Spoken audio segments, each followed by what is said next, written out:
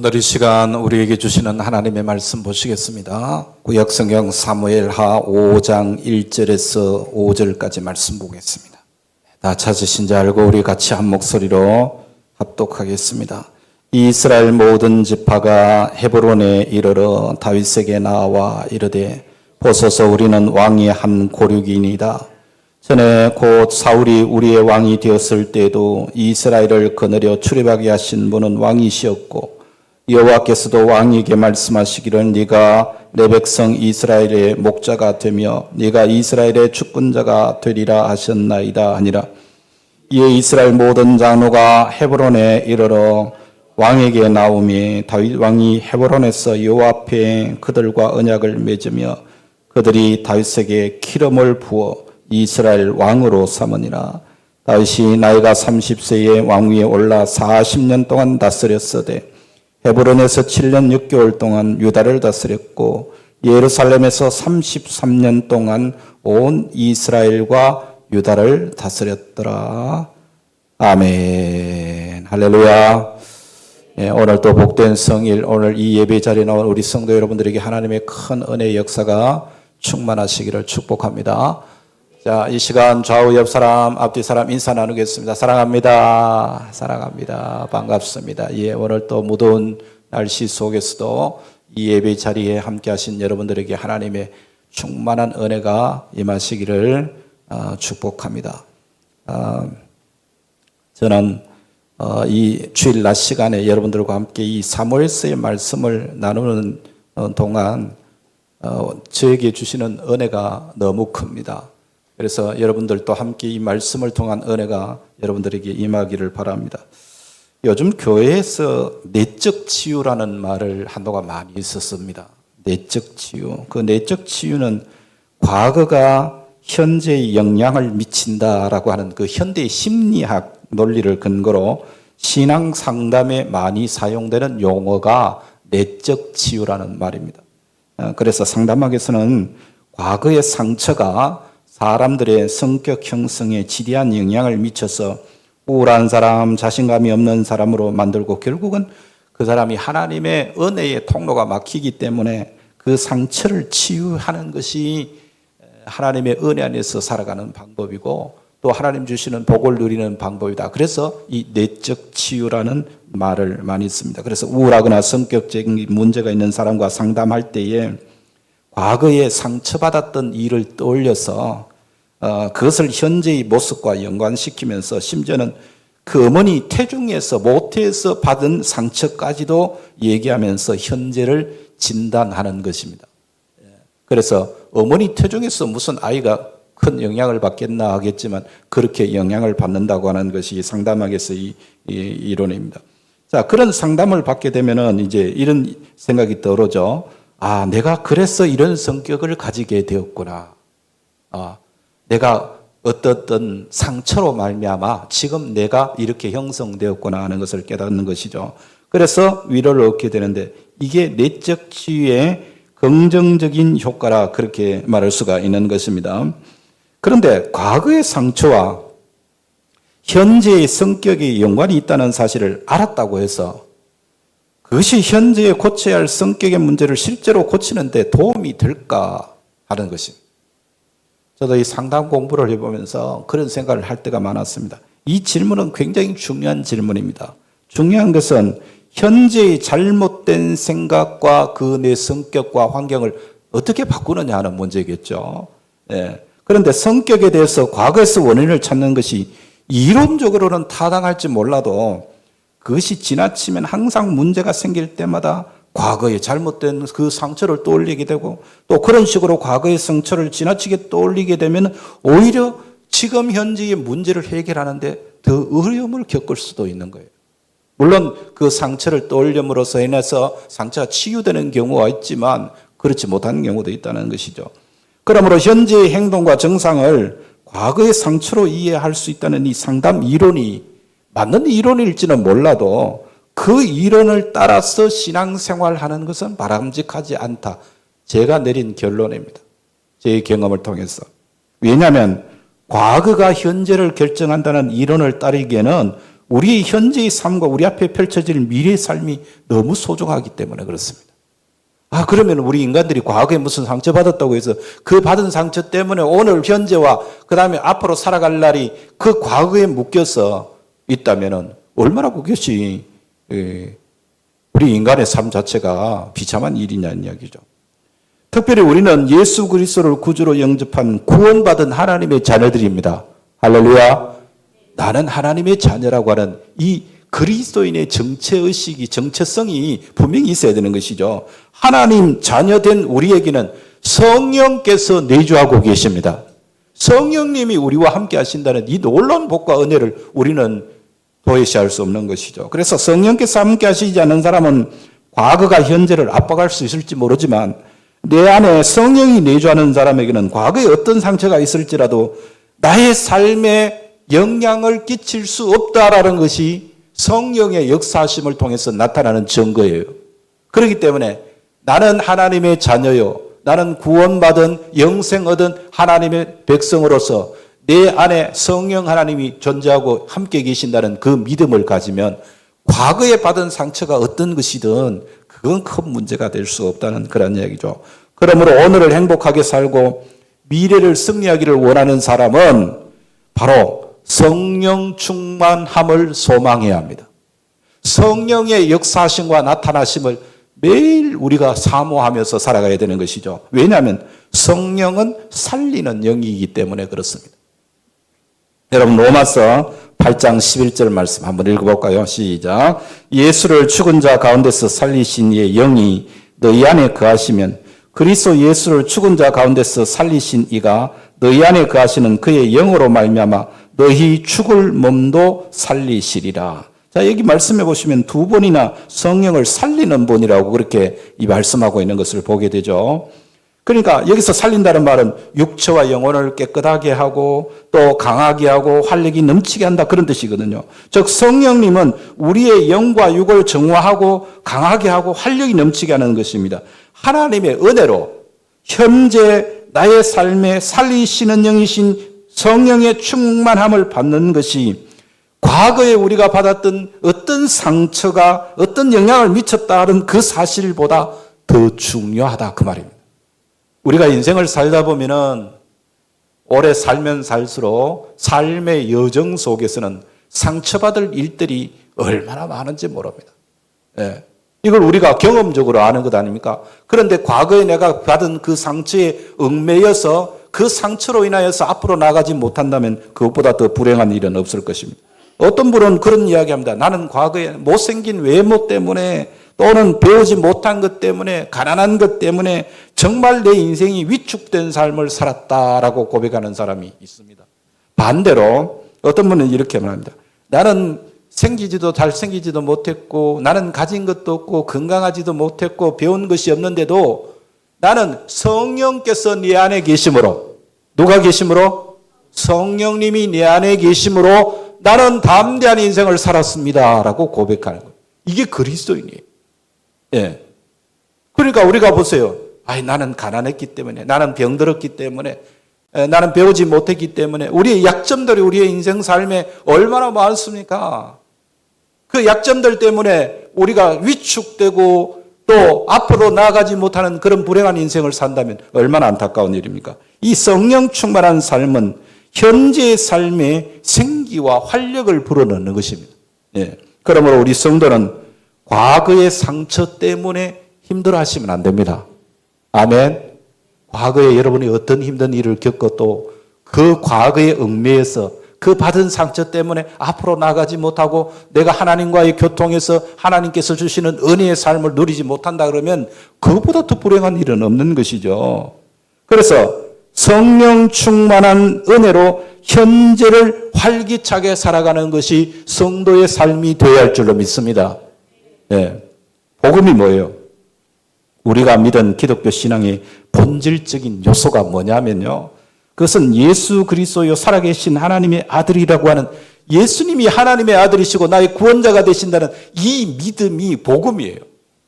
그러니까 예수님이 복음이라는 이야기죠. 그 예수님이 하나님의 아들 되시고 나의 구세주가 되신다는 그 비밀 안에 창조의 비밀이 들어있고 구원의 비밀이 들어있고 그리고 장차 완성될 모든 하나님의 경륜이 그 안에 복음 안에 다 포함되어 있는 것입니다.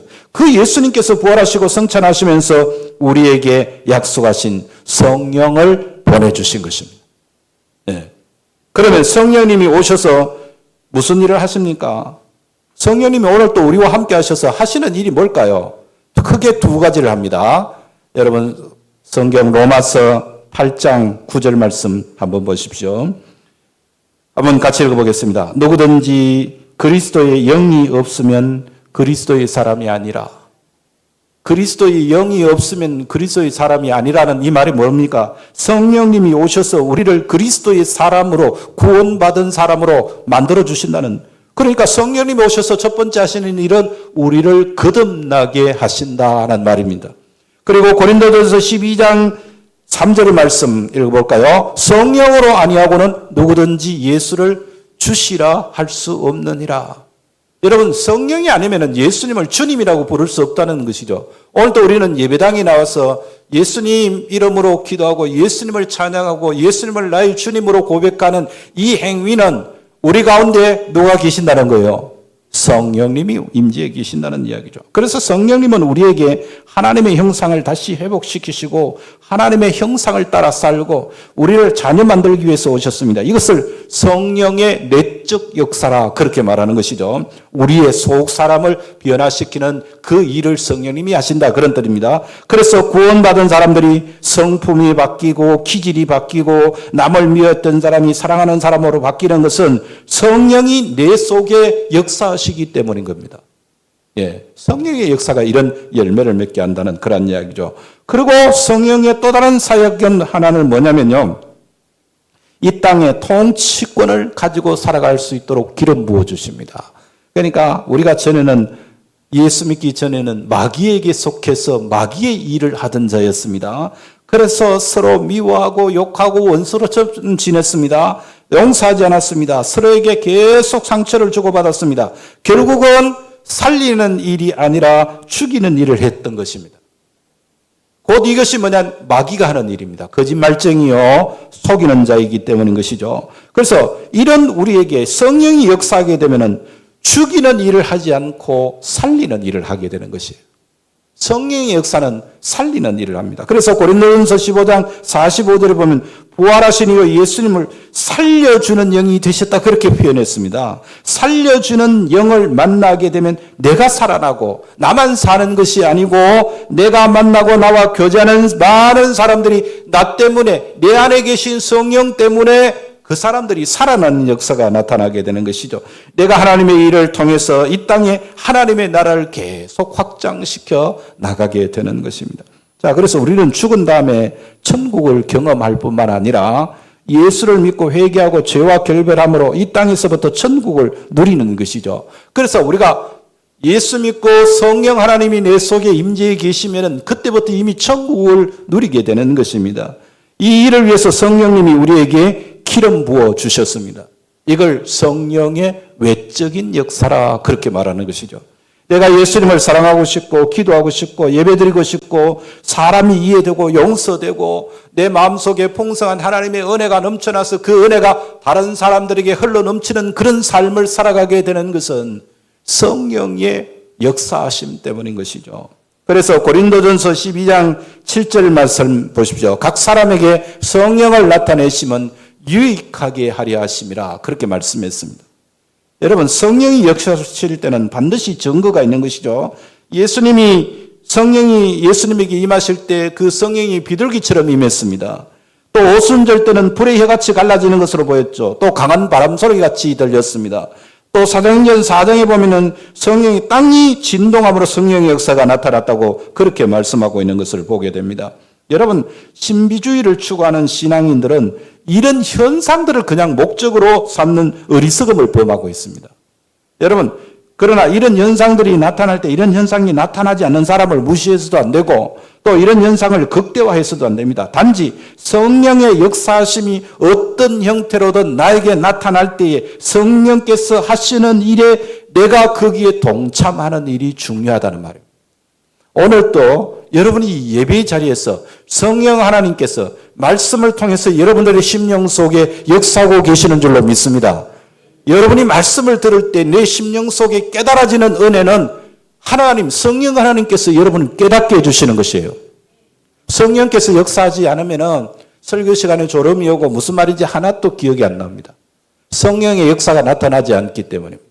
그런데 성령의 역사가 나타난다는 증거는 여러분이 그 말씀을 들을 때 깨달음이 오고 그 깨달음을 통해서 하나님의 그 가르침을 우리가 알게 되게 되는 것이죠. 그래서 우리 입에서 저절로 아멘이 나오게 되고 우리가 고개가 끄덕여지는 것입니다. 성령이 왜 오셨어요? 그리스도를 증거하기 위해서 오셨습니다. 성령은 진리의 영이라고 그랬습니다. 그가 와서 너희를 진리 가운데로 인도하실 것이라고 그랬어요. 그가 와서 우리를 어디로 인도한다고요? 진리 가운데로. 우리에게 성령의 임재가 깨달아지면 이제 우리는 진리를 찾아가게 되는 것이죠. 성령께서 나에게 하나님의 말씀을 사모하게 하고 말씀의 은혜를 주실 때 내가 결단하고 따라갈 것을 성령께서는 요청하고 계시는 것입니다. 그런데 우리는 그 요청하시는 성령의 음성에 민감하지 않기 때문에 그 성령의 인도하심과 깨우침과 또 그 인도하심을 불순종하게 되는 거예요. 성령은 증거의 영입니다. 다른 사람에게 예수를 증거하고 전도하고 말씀을 증거하는 일에 쓰임받게 되는 것이죠. 성령은 또한 교통의 영입니다. 자꾸 하나님과 교제하게 됩니다. 나의 귀한 것을 아버지께 드리고 아버지의 귀한 것을 나에게 주시는 이 성령의 교통하심이 계속적으로 일어나는 것이죠. 그래서 성령이 오셔서 여러분을 만져주실 때 성령의 인도하심을 따라가는 여러분들의 삶이 되시기를 축복합니다. 거절하지 마십시오. 오늘 또 말씀을 통해서 이 예배를 통해서 오늘 또 부르는 찬송을 통해서 성령께서 여러분의 심령에 터치하실 때에 거기에 순종하시길 바랍니다. 어떤 분은 찬송 부르다가 성령의 은혜가 임하는 사람을 저는 여러 보았습니다. 어떤 분은 말씀을 듣다가 성령의 깨달음을 깨닫고 그 말씀에 순종하여서 하나님께서 그를 귀하게 사용하시는 일도 보았습니다. 성령의 역사는 어떤 형태로 나타날지 모릅니다. 바람처럼 불처럼 진동으로 지진으로도 나타납니다. 그래서 성령의 역사는 우리의 심령 속에 분명히 사인을 주십니다. 아, 이거 하나님께서 깨닫게 하시는구나. 진리의 영을 주시는구나. 성령께서 나에게 역사하시는구나를 깨닫게 하신다는 것이죠. 저는 우리 도양교회 성도들이 성령의 음성에 민감한 성도들이 되기를 바랍니다. 그래서 저는 새벽마다 기도할 때에 하나님 우리 도양교회의 성령의 기름 부으심이 충만하기를 원합니다. 우리 성도들이 성령의 은혜에 민감하기를 원합니다. 이걸 기도하고 있습니다. 그래서 여러분들이 성령의 은사를 우리가 사모하면서 성령 충만함을 위해서 기도해야 되는 것입니다. 구약 성경을 보면 성령에 관한 가르침이 대표적으로 크게 두 가지가 나타나는데요. 첫 번째는 뭐냐면 레위기 14장에 보면은 구약에서 무서운 질병 중에 하나가 나병입니다. 나병, 문둥병이죠. 천벌이라고 해서 그 나병 환자가 저 먼 곳에서 사람을 만나면은 그 사람을 향해서 자기가 스스로 외쳐야 되는데 나는 나병 환자입니다. 이렇게 소리를 질러야 합니다. 왜냐하면은 나병은 가까이 접촉하잖아. 가까이 가기만 해도 부정해지기 때문입니다. 완전히 하나님의 은혜로부터 끊어진 사람이죠. 이런 저주받은 사람이 하나님의 은혜에 의해서 그 병이 치유함을 받게 되면은 하나님 앞에 속건제를 통해서 죄사함을 먼저 경험하게 되는데요. 그 다음에 그 나병이 나았다는 것을 확신한 제사장이 이제 성령의 기름물 붓습니다. 여기서 말하는 기름 부음은 성령의 내적인 역사죠. 그러니까 이건 한 번만 받으면 됩니다. 병에서 치유받고 죄사함 받을 때 한 번의 성령의 기름 부음을 경험하게 되는 것이죠. 제사장이 그에게 기름 부어서 정결케 했다. 그러니까 병들어 치유함을 받을 때 성령의 역사가 나타나는 것은 단회적인 성령의 기름 부음입니다. 그리고 두 번째로는 출애굽기 29장이나 레위기 8장에 보면 제사장들을 위임할 때 일주일 동안 위임식을 했는데 계속 그 제사장이 기름을 붓습니다. 예.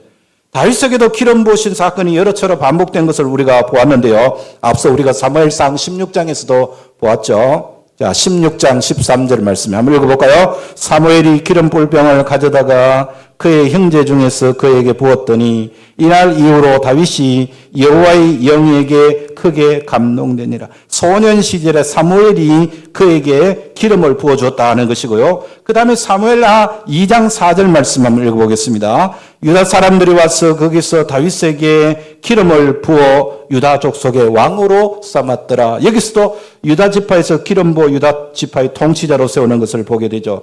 그리고 오늘 우리가 읽었던 본문 사무엘하 5장 3절 말씀 다시 읽어봅니다.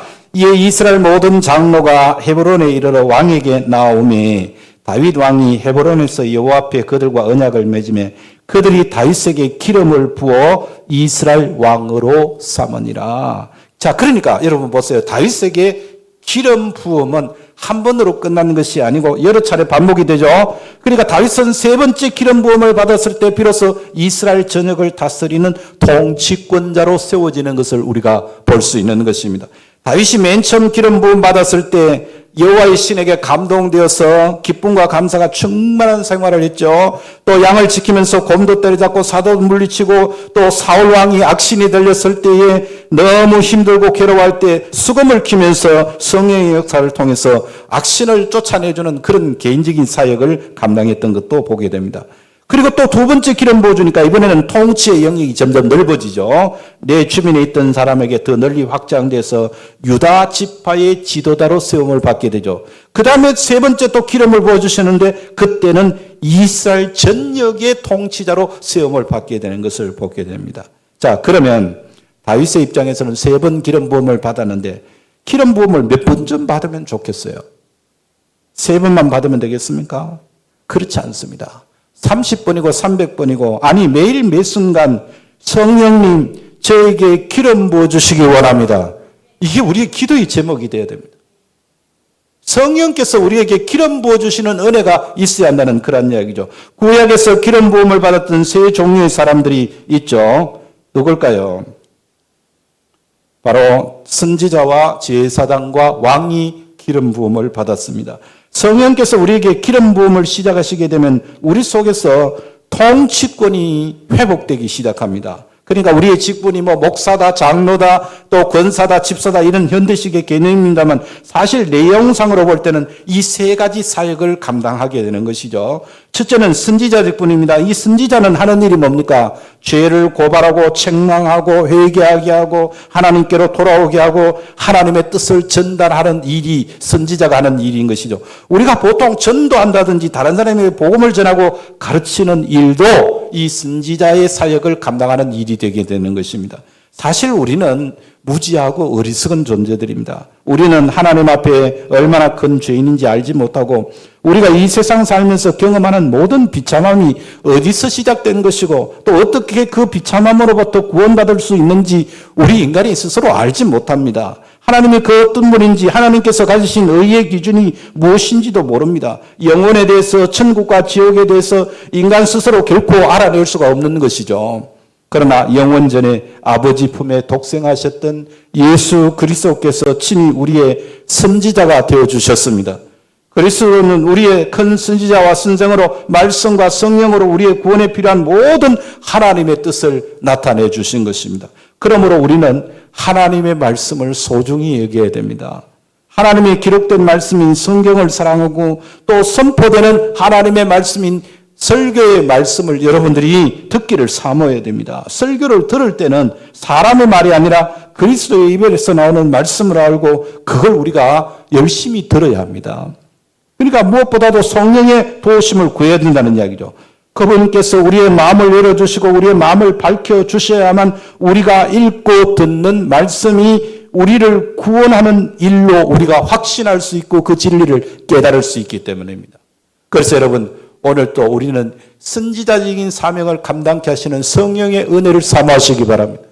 내가 하나님의 말씀을 듣는 귀가 열리고 또 그 다음에 내가 이 들은 말씀과 내가 깨달은 말씀을 다른 사람들에게 전할 수 있는 그런 능력을 달라고 우리가 기도해야 되는 것이죠. 그러나 여러분 제사장과 왕의 사역은 다르죠. 제사장은 아론의 씨여야 제사장이 될 수 있고 왕도 왕의 씨여야 됩니다. 그래서 선지자와 달리 제사장이나 왕에게는 자격을 필요로 했습니다. 이 선지자 사역은 반드시 제사장과 왕의 사역이 뒤따라야 결실이 나타납니다.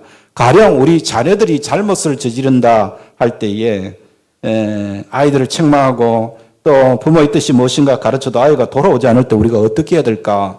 이때 제사장의 사명이 필요한 겁니다. 그러니까 제사장의 어떤 사람이 죄가 드러나면 이 문제를 가지고 하나님께로 나아가는 것이죠. 그래서 하나님 이 불쌍한 영혼을 용서해 주옵소서. 이 사람에게 은혜가 필요합니다. 하나님 이 영혼에게 자비를 베풀어 주십시오. 이게 제사장의 사명이에요. 예. 선지자의 입장에서는 책망하고 가르치는 일이 되겠지만 이 제사장은 그 영혼을 위해서 기도하는 일인 것이죠. 그래서 선지자가 죄를 발견했을 때는 지적하고 책망하지만 제사장이 죄를 발견하게 되면 그걸 기도의 제목으로 끌어안고 하나님 앞에 나가는 것입니다. 그러니까 우리는 선지자의 사명도 감당해야 되면 이 제사장의 사명이 우리에게 더욱더 필요한 것입니다. 여러분 가정에 제사장 사명을 감당하는 여러분들 되시기 바랍니다. 오늘 교회 안에도 제사장적인 사명을 감당하는 사람들이 많아야 됩니다. 어떤 지체의 허물이 보일 때는 선지자적으로도 접근할 수 있지만 무너진 것을 찾아가 실제로 도와줄 수 있는 권세를 갖는 것이 중요한 것이죠. 그래서 지적하고 일깨울 수도 있고 사랑의 마음을 품고 하나님께 그 영혼을 위해서 기도하는 이 귀한 자세가 우리에게 제사장의 사명이라는 것입니다. 왕적인 권세는 뭘 말할까요? 실제로 권세를 가지고 그 문제를 해결하는 데 도움을 주는 겁니다. 무너진 걸 찾아가 도와주고 권세를 갖는 것이 왕적인 사명입니다. 그리고 우리는 왕으로서의 통치의 특권을 받은 자들입니다. 무엇보다도 우리는 통치를 해야 되는데 어떤 통치를 우선으로 해야 되면 자기를 먼저 잘 다스려야 됩니다. 우리 안에 있는 죄의 소욕을 다스려서 그 죄의 소욕에 끌려다니면 안 됩니다. 여러분 훌륭한 지도자 왕이 되려면 가져야 할 소양이 뭘까요? 백성들을 국민들을 잘 다스리는 것이 지도자입니까? 아닙니다. 자기를 잘 다스려야 돼요. 자기를 다스리지 못하면 실패합니다. 우리는 수많은 정치 지도자들의 성공과 실패의 사례를 보면은 저 사람은 자기를 못 다스렸구나. 자기 욕심을 못 다스리면 어떻게 됩니까? 자기의 어떤 그 감정을 못 다스리면 어떻게 됩니까? 이건 우리가 아는 대로 뻔한 결과를 가져오는 것 아닙니까? 그렇기 때문에 우리가 왕적인 사명을 감당하기 위해서는 나를 잘 다스리는 자세가 중요한 것이죠. 그래서 여러분 육신의 소욕을 성령의 검고 하나님의 말씀으로 제어하는 그러한 복된 왕적인 사명을 감당하는 성령 충만한 성도가 되시기를 바랍니다. 어느 사명이 제일 좋을까요? 셋 다 필요합니다. 회개하지 않는 자, 강팍한 사람에게는 선지자의 사명의 기능이 필요할 것이고 바로 살기를 원하지만 힘이 없어서 자꾸 넘어지는 자에게는 제사장적인 사역과 왕권의 사역이 또 필요하겠죠. 감사한 것은 하나님께서 오순절 사건 이후부터 지금까지 계속해서 성령의 역사심이 우리에게 기름 붓고 계신다 하는 사실입니다. 성령의 역사는 그치지 않았습니다. 우리가 사도행전을 보면 사도행전에 나타나는 그 역사가 그 초대교회 때에 나타나는 현상으로 끝난 것이 아니라 오늘도 여전히 성령은 우리에게 기름 붓고 계십니다. 아멘. 그렇기 때문에 성령의 기름 부으심을 삼아 계속 충만할 수 있도록 오늘도 성령은 우리 가운데 역사하시는 것이죠. 성령을 떠나시지 않고 우리 가운데 오셔서 기름 부어주시기 때문입니다. 우리가 구원받을 때부터 이미 성령의 역사는 시작되었습니다. 내가 어떻게 하면 능력 있게 살 수 있느냐, 어떻게 하면 행복하게 살 수 있느냐, 성령의 이런 사역을 우리가 흠모하면서 계속 기름 부음을 갈망하는 삶을 살아가는 것이 중요한 것입니다. 그래서 에베소서 4장 30절에 하나님의 성령을 근심하게 하지 말라, 그 안에서 너희가 구원의 날까지 인치심을 받았느니라 말씀하셨어요. 여러분, 인치신다는 말이 무슨 뜻입니까? 도장 찍는다는 말입니다. 그러니까 하나님께서 우리에게 도장을 찍었습니다. 너는 내 것이라는 것입니다. 여러분 짐승의 귀에나 아니면 뿔에나 아니면 등짝에나 어디 도장을 불도장을 찍는 거, 그 표식을 하는 거 여러분 보시죠. 그게 도장 찍는 겁니다. 하나님께서 우리에게 인치셨습니다. 언제까지요? 구원의 날까지 우리를 도장 찍어 두셨습니다. 우리 몸이 예수의 영화로운 몸처럼 변형될 때까지 하나님은 우리를 하나님의 소유로 주장하신다 그 말입니다. 그래서 우리는 하나님의 것이 된 것입니다. 하나님의 자녀가 된 것입니다. 우리가 예수 믿는 순간부터 성령님은 계속 우리를 지원해 주고 계시는 것입니다. 계속 잘 되도록 역사해 주십니다. 그런데 왜 우리 중에 어떤 사람들은 어둠의 역사를 벗어나지 못하고 불행과 저주의 그늘에서 헤어나오지 못할까요? 성령의 질서를 거스르기 때문에 그렇습니다. 여러분, 하나님의 성령을 근심하게 하지 말라고 하셨습니다. 성령을 근심하게 하면 성령이 절대 우리 가운데 역사하지 않습니다. 그분은 인격이시기 때문에 거절하고 모독해도 떠나시지는 않지만 성령의 역사하심은 나타나지 않는 것입니다. 성령을 근심하게 하는 것이 어떤 겁니까? 우리가 세상에서 죄를 즐기는 것, 악한 것, 양심에 꺼리끼는 것을 자꾸 행하는 것입니다. 하나님의 말씀을 들었는데도 순종하지 않는 것입니다. 회개하지 않는 것입니다. 하나님 중심으로 살지 않고 자기 중심으로 육체의 욕심을 따라 사는 사람은 성령을 슬프게 하는 자입니다. 광야의 이스라엘 백성들을 보니까 구름기둥, 불기둥으로 말씀의 인도, 성령의 인도를 따라 사는데 자꾸 인간의 욕망을 따라갑니다. 200만 명이 넘는 많은 사람 중에 가나안 땅에 들어간 사람은 단 2사람이었습니다. 여러분, 6월절 날 양의 피를 문설주와 인방에 바름으로써 이스라엘 백성 중에 누구도 구원에서 제외된 사람은 없었지 않습니까? 모든 사람이 다 하나님의 구원을 체험했습니다. 그러나 홍해를 건너고 광야에 나와서 하나님이 약속하셨던 가나안에는 오직 2사람밖에 들어가지 못했습니다. 왜 이런 일이 있었을까요? 구원받았다고 해서 다 천국을 누리는 게 아닙니다. 지옥과 같은 삶을 사는 사람들이 너무나도 많습니다. 죄의 노예가 되고 습관의 노예가 되고 정욕의 노예가 되고 자기 감정의 노예가 되어서 끌려다니면서도 자유도 권리도 상실한 채 비참하게 사는 것입니다.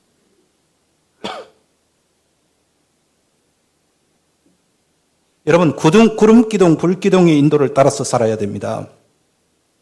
이 말이 무슨 말입니까? 성령을 따라 살아요. 예수 믿는 사람들이 내 감정을 따라서, 내 경험을 따라서, 내 지식을 따라 사는 게 아닙니다. 감정이나 욕망을 쫓다가 성령을 거스르지 말아야 됩니다. 마음에 감동을 주실 때 말씀을 통해서 깨닫게 하시고 그 감동을 주시면 순종하면 계속해서 성령께서 우리를 지원해 주시는 것입니다. 예. 그래서 우리는 하나님의 자녀입니다. 하나님 앞에 잘 살도록 부름받은 자들입니다. 행복하게 사는 것이 당연한 우리의 사명이라고 저는 믿습니다. 하나님이 지원해 주시고 예수님의 십자가 은혜를 통해서 우리의 지위를 보장해 주십니다. 성령께서 안팎으로 기름 부어 주셔서 지속적으로 역사하고 계시는데 우리가 불행해지는 것이 더 이상하지 않습니까? 그래서 로마서 8장 17절 말씀에 뭐라고 했습니까? 자녀이면 또한 상속자 곧 하나님의 상속자요 그리스도와 함께한 상속자니라고 말씀합니다. 그러니까 예수님과 몫을 같이 나눌 만큼 우리를 부유하게 하신 하나님이십니다. 이걸 약속하셨습니다. 이게 천국의 삶 아닙니까? 죄를 버리고 하나님의 뜻을 쫓아 살게 되면 다윗에게 삶의 영역이 점점 넓어졌던 것처럼 나 개인의 기쁨에서 다른 사람을 유익하게 해주고 그리고 또 나 개인의 기쁨만이 아니라 다른 사람을 돕고 시대를 섬길 수 있는 그 역할을 감당하는 자로 하나님이 세우실 줄로 믿습니다. 우리의 마지막 기도의 목표가 뭘까요? 로마서 5장 17절 우리 다 같이 한번 읽어보겠습니다. 한 사람의 범죄로 말미암아 사망이 그 한 사람을 통하여 왕노릇하였은즉 더욱 은혜와 의의 선물을 넘치게 받은 자들은 한 분 예수 그리스도를 통하여 생명 안에서 왕노릇하리로다. 아멘. 한 분 예수 그리스도를 통하여 생명 안에서 왕노릇한다고 말씀하고 있습니다. 여러분, 생명 안에서 왕노릇할 때까지 계속해서 성령을 쫓아 살고 성령의 기름 부으심을 사모하며 살아가는 우리 복된 성도들 다 되시기를 주의 이름으로 축복합니다.